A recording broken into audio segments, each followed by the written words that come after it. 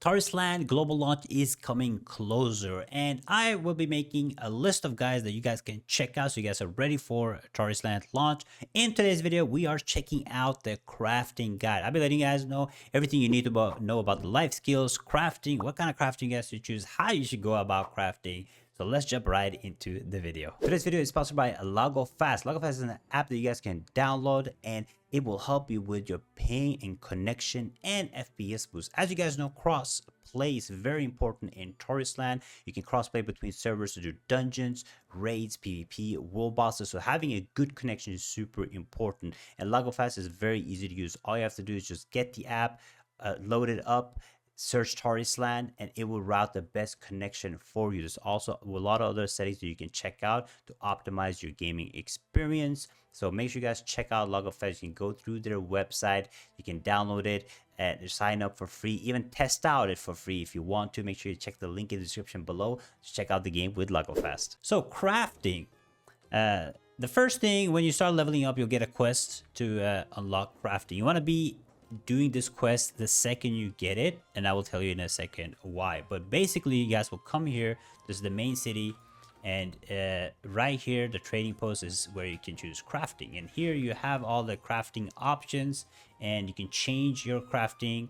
If you click here, you'll see here are all the crafting options. You have forge, you have jewelry, you have tailor, alchemist. And what is also cool about this is you can see the percentage in your server.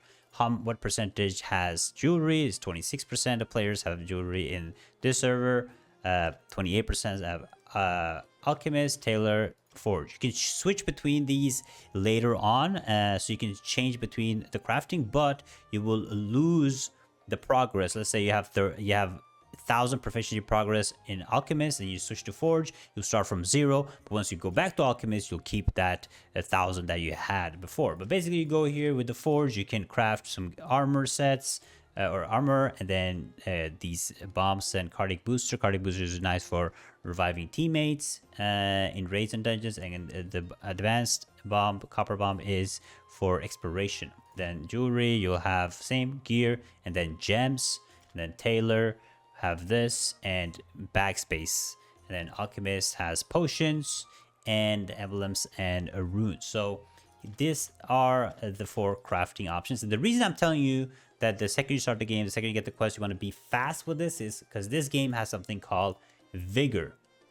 So this is the Vigor that you will have, and the faster you do the quest, the faster your Vigor can start rolling, right? And since it's limited Vigor, you want to be getting as much Vigor as possible, and then using that Vigor to level up your crafting. So that's why you do the quest ASAP, and the second you get the quest, you do it, you choose whatever crafting you want to do. In my opinion, all the crafting options are good, but crafting is basically how you make gold in the game, right? So you want to be crafting, you want to be making these items, then you can basically sell these items for gold. But how are you most proficient? Now, this thing right next to the Vigor is called your proficiency. So this will be determine the level is basically a crafting level. Like in other games where you have level 1 crafting, 2, 3, 4, this game has proficiency, which increases by bigger numbers, like thousands, right? And the higher level you are in crafting, the better items you can craft. So eventually you'll be able to craft like the best potions, the advanced potions, if you're in this kind of specialization, right? The better emblem chest, etc. You can see down here it says what kind of proficiency you need, but also a lot of the crafting is locked behind days, so they don't want you crafting the epic stuff before day 32 because they will be super strong in raids and dungeons. So they have capped what you can craft, but at the same time you want to have the proficiency. So what you do is when you start it, you want to be looking at these different items. How much proficiency do they give? Right now you can see, because I'm so high proficiency level, if I make this potion, if I make this item, I won't gain any proficiency XP. So when you're at the start of the game, you kind of want to level your proficiency as high as you can. So you want to be crafting items that will give you proficiency. But at the same time, you want to craft items that also sell in the market. So you want to be using the market effectively. And because all in all, when you're leveling up your XP, you want to try going 0, right? You want to invest in something, let's say the elementary die. You want to make sure the amount of money you're putting into crafting, you're getting it back through the auction house. You don't lose gold on crafting, gaining proficiencies. You want to see what items go, all that auction house stuff, you can do that. But overall, you want to be leveling your proficiency, getting as high as possible, and make sure you're maxing your vigor, right? Later on, there's other ways to get vigor in this game, which is called the vigor potions. I have stamina potion, and with the stamina potion, you can recover vigor, 50 vigor, and there's some fish too. I think there's some, if you fish in the open world, you can get certain fish. Here you go. You see the silver dot fish give me +1 vigor. So you can fish to get more vigor, or you can wait, or you can use this vigor potion. You get these vigor potions by doing achievements, getting exploration chests, and so on. You can't buy them, but that's how you can get vigor potions if you need more vigor, basically. But you have something else down here, as you guys can see, which is not only craft, which is specialization. Now, specialization is very important because if you go here, each crafting will have 3 specializations. You have the collecting master, which will help you gather the base materials faster, so you will go around in the world, right? And if you go here, you can you can do this map filter, and then you go life collecting, and at this spots you can see I can collect pyroflower, sage, dandelion, and these are like the base materials to be able to make these dyes. So you see here, I need dandelions, I need sage, just like I showed you, to craft these items, and these are the base materials to then craft like potions and stuff, right? Now, when you are in the first specialization, this will help you gather more items. If you see here, it says if you're using tools, you have a 100% chance to get 1 extra material. Then it says you have extra chance to get a health essence. You have a chance, and then you have vigor recovery. So this is what you want to do if you're gathering items. You focus on gathering items. This is what you do. You focus on this thing, and then when you're processing them, like when you you have the materials, you gather them. Now you're gonna craft the base materials, like I showed you. You want to be the processing master because you get more stuff back. You lose less vigor. So here it says vigor consumed in processing. So let me show you guys right here. Here it says vigor consumed in processing intermediate solvent is 50%. So when I'm crafting this item right here, I use less vigor. And then when you make potions, you want to be using the crafting master.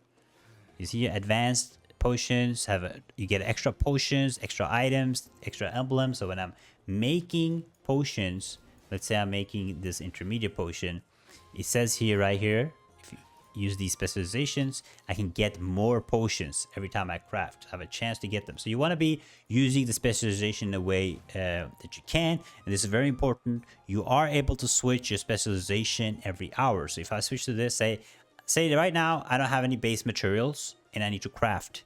And I need to gather materials. I'll go to this one, boom, and now I have all my points in the specialization. So now I can go gather. And then when you're ready to craft, when you gather enough materials, every hour you can switch. So every hour you can keep switching these things, and then so you use first hour to gather materials, your next hour is to process materials, or you do next hour to make the potions, or you can just buy straight up the materials from the trading house. Let's say here, if you go here, you can either buy all the materials that you need, the pyroflowers, and then skip one of the phases, or you can straight up buy the finished material right here, because this is the crafting material that you gather, and this is the finished material. You can buy the finished material. It's obviously a little more expensive to then straight up craft the potions, right? So this is basically, you want to be using specialization very actively, so you use less vigor and get more materials, basically, right? And you can switch them every hour. Now you're probably wondering, yo, Spid, what about if I need to change my crafting? So if you go here, you change your crafting right here. Let's do auto pathing to hit.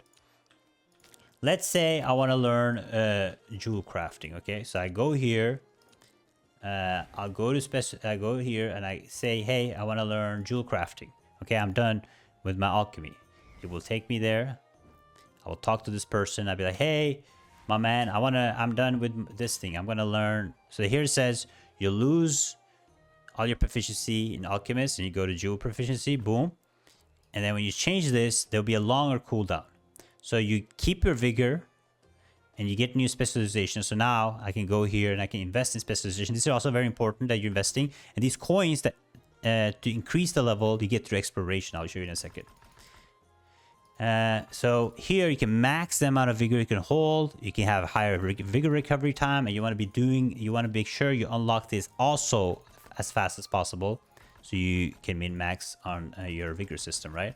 So you go here, you learn, boom, all this, you invest all your coins in this, and now if I want to switch my one sec, let me just upgrade this because I can max it out. And now when I want to switch, I'll have a cooldown. So let's say I want to go back to Alchemist. I think eventually you'll end up having a cooldown. So let's see here. I go back to Alchemist right here. Alchemist studies. Here it says on cooldown.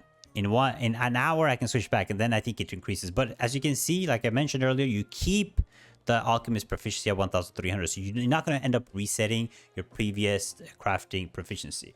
And to get these coins for specialization, you get them through here. If you click on a map and you click on this chest, it says this item and this item. When you explore a map, you get these coins.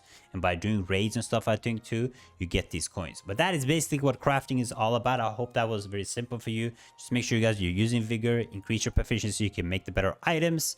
And then make sure you specialize in whatever you're doing at that time. Make sure you use the correct specialization, and you can switch crafting whenever. Also very important, when you are crafting, eventually what you will need is you will need some tools to gather the best materials. And you can either buy it through here. Right now there's no tools right now, or you can get it through the Manual of Destiny shop once a week. You can buy out this tool chest. In this, it will give you tools for your profession. Whatever profession you have will give you this tools. If you go to your warehouse, I think you have some green ones, yeah. So you will need to equip them. This is very important.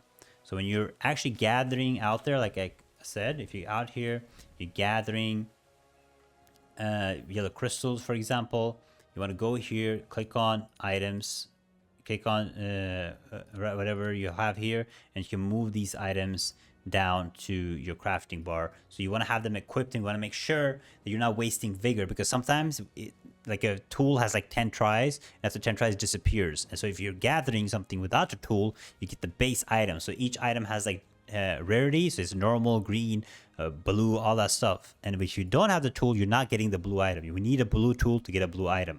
So once your tool runs out of charges and you're still gathering the item, you will end up wasting vigor. So make sure you have your tool equipped when you're gathering items. This is just to gather, not to craft anything, just to gather the base materials. You need a correct tool. But that is all you need to know about crafting. Remember, crafting is important. You want to make that gold, you want to make those items so you can keep going, either for yourself, craft those items for yourself, or to sell for gold and buy other kind of items. But that is it. Let me know what you guys think. Let me know in the comments below if that made it easy. What kind of crafting are you going for? Remember, all kind of craftings are good. All crafting gives something that you can make gold on, which is like, you know, Taylor gives you bag space. A lot of people buy bag space in the auction house. Alchemist gives you potions. Jewel crafting gives you gems that you can sell. So all of the craftings give something that you can make money on. So you don't have to worry, okay, there's no wrong answer there. But thank you guys so much for watching. Take it easy. You can see it right here, and I'll see you guys next time. Bye-bye.